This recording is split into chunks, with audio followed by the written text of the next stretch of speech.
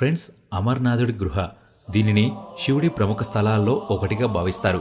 కాశ్మీర్లో ఉన్న అమర్నాథుడి గృహ చాలా ప్రాచీనమైనది.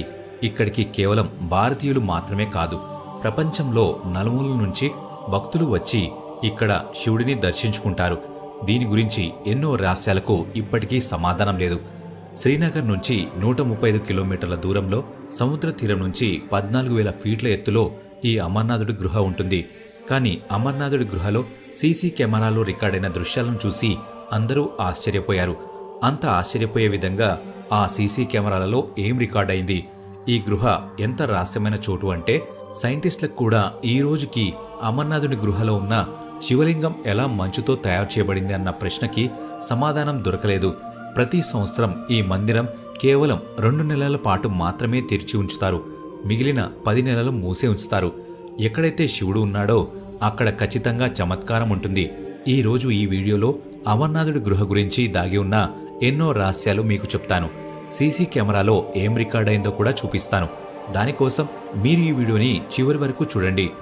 అమర్నాథుడి గృహ యొక్క లోతు 19 మీటర్లు మరియు వెడల్పు 16 మీటర్లు మరియు ఎత్తు 13 మీటర్లు ఉంటుంది. జీవితంలో ఒక్కసారైనా ఈ గృహను దర్శించుకుంటే వాళ్ళ జీవితం పవిత్రంగా మారి వారు స్వర్గలోకంలోకి వెళ్తారని భావిస్తారు. శివుడి చమత్కారంతో ఈ గృహలో ఉన్న శివలింగం దానంతట అదే తయారవుతుంది.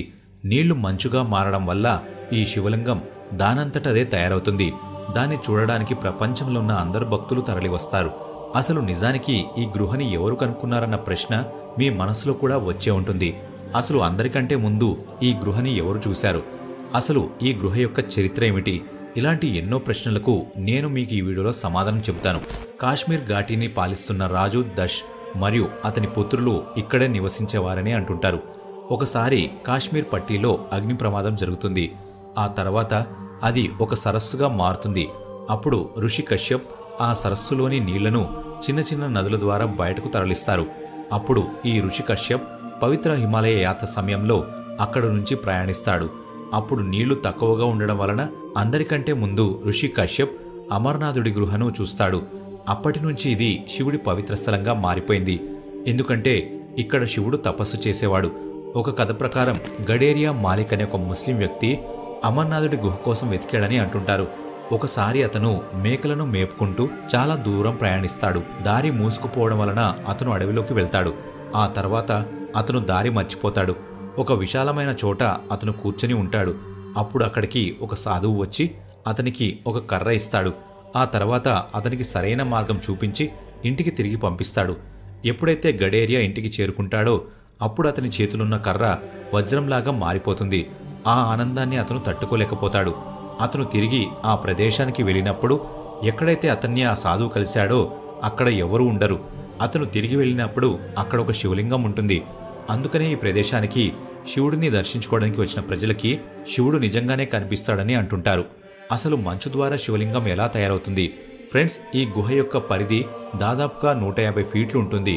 ఈ గుహ పైన మంచు నీరు చుక్కలు కారుతూ ఉంటాయి. ఈ గుహలో ఒక చోట ఆ పడిన చుక్కలు మంచుగడ్డలుగా మారి 10 ఫీట్ల శివలింగంగా తయారవుతుంది. పూర్తి శివలింగం తయారవడానికి దాదాపుగా 15 రోజుల సమయం పడుతుంది. ఆ తర్వాత దాని ఎత్తు కొంతగా పెరుగుతూ ఉంటుంది. అమావాస్య వస్తున్న కొద్దీ అది కరగడం మొదలవుతుంది.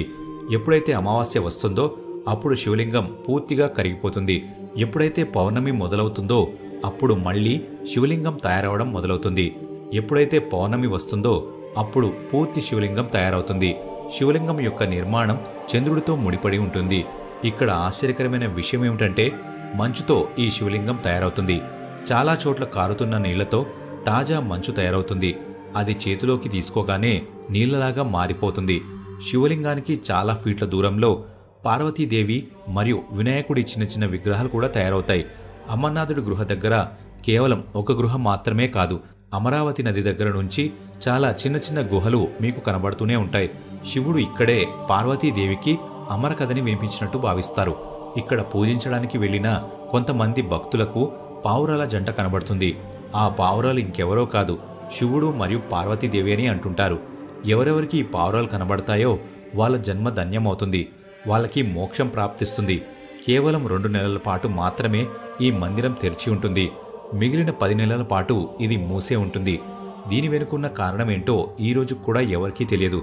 అసలు నిజానికి ఆ శివలింగం ఎలా తయారవుతుందో కేవలం ఆ ఈశ్వరుడికే తెలుసు. ఆ ఈశ్వరుడి దయవలనే మనం మంచుతో తయారైన శివలింగాన్ని దర్శించుకోగలుగుతున్నాం. అమర్నాథుడి గృహ 10 నెలల పాటు ఎందుకు మూసి ఉంటుంది? దీని గురించి ఎవరికీ తెలియదు. రక్షాబంధన్ నాటి పౌర్ణమిన నిజమైన శివుడు ఈ గుహలో ఉంటాడని, ఆ తర్వాత ఈ గుహలో ఉన్న మంచు శివలింగాన్ని పూజిస్తాడని అంటుంటారు. ఈ గుహ దాదాపుగా 5000 సంవత్సరాల క్రితం నాటిదని ఆర్కియాలజిస్టులు తెలిపారు. అంటే ఇది దాదాపుగా మహాభారతం కాలం నాటిది. కానీ ఆర్కియాలజిస్టుల సమాచారం కూడా సరైనది కాకపోవచ్చు. ఎందుకంటే ఇక్కడ రేకెత్తిస్తున్న ప్రశ్న ఏమిటంటే 5000 సంవత్సరాల ముందున్న గృహ అయితే దానికి ముందు ఇక్కడ గృహ లేదా? హిమాలయంలోని ప్రాచీన పర్వతాలను కొన్ని లక్షల సంవత్సరాల ప్రాచీనమైనదిగా భావిస్తారు. అందులో ఏ గుహని నిర్మించినా అది మంచుయుగం తర్వాతే అయి ఉంటుంది. అంటే దాదాపుగా 12,000 నుంచి 13,000 సంవత్సరాల క్రితం నాటిదని కూడా చెప్పవచ్చు. అమర్నాథ్కి యాత్ర మహాభారతం కాలం నుంచే చేస్తున్నారు. బుద్ధ కాలంలో కూడా ఈ యాత్రలో ప్రయాణించినట్టుగా ఆధారాలున్నాయి. దీని గురించి వినిపిస్తున్న కథ ఏమిటంటే ఒక వ్యక్తి ఈ గుహలో సీసీ కెమెరాలు అమర్చాడని అంటుంటారు. అసలు నిజానికి ఇక్కడ సీసీ కెమెరాలు ఉన్నాయా? ఆ వ్యక్తి పేరు మహేష్ అని, అతను జమ్మూలో నివసించేవాడని అంటుంటారు. అతను రహస్యంగా అమర్నాథుడు గృహలో సీసీ కెమెరాలైతే అమర్చాడు. కానీ ఈ విషయాన్ని ఎవరైనా గుర్తిస్తే చాలా పెద్ద సమస్యలో చిక్కుకుంటాడని అతనికి భయం ఉండేది. మందిరం మూసివేయడానికి 3-4 రోజుల సమయం మిగిలింది. మందిరం తెరిచి ఉన్న 2 నెలలు ఆ గృహలో భయంకరమైన భక్తుల గుంపు ఉంటుంది. ఎందుకంటే భక్తులు ఈ 2 నెలల్లోనే శివుణ్ణి దర్శించుకోగలరు. కాలం గడిచిన కొద్దీ మందిరం మూసే సమయం వచ్చింది. మందిరం దగ్గర ఎంతో మంది సాధువులు ధ్యానం చేస్తూ ఉంటారు. వాళ్లలో ఒక సాధువు చివరి రోజున అమర్నాథుడికి గృహలోకి వెళ్తాడు. మహేష్ ఇంట్లో కూర్చుని ఇవన్నీ సంఘటనలను సీసీ కెమెరాలో గమనిస్తాడు. మందిరం మూసే సమయం వస్తుంది. అప్పుడు అందరు భక్తులు శివుడిని దర్శించుకుని తిరిగి వెళ్తారు. కానీ చివరిగా వెళ్లిన సాధువు మాత్రం తిరిగి రాలేదు. మందిరం యొక్క ద్వారం మూసేశారు. ఆ తర్వాత మహేష్ వెళ్లి మందిరం యొక్క పూజారికి విషయం చెప్పాలని అనుకున్నాడు. కానీ అలా చేస్తే అతను సీసీ కెమెరాలో అమర్చిన విషయం బయటకు వచ్చి పెద్ద సమస్యలో చిక్కుకుంటాడని భావించాడు. ఈ కారణం చేత అతను గృహలో జరుగుతున్న దృశ్యాలను చూస్తూ ఉండిపోతాడు. మందిరం మూసుకున్న 6 రోజుల తర్వాత మహేష్ మళ్లీ ఆ సాధువుని చూస్తాడు. ఆ సాధువు శివలింగం దగ్గర కూర్చొని ధ్యానం చేస్తూ ఉంటాడు.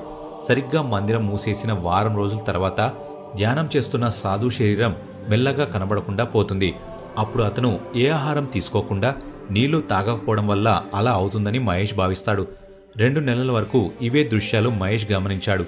దాదాపుగా 3 నెలలు ముగిసిన తర్వాత ధ్యానం చేస్తున్న సాధువు కాళ్లు మాయమైపోయాయని మహేష్ గుర్తిస్తాడు.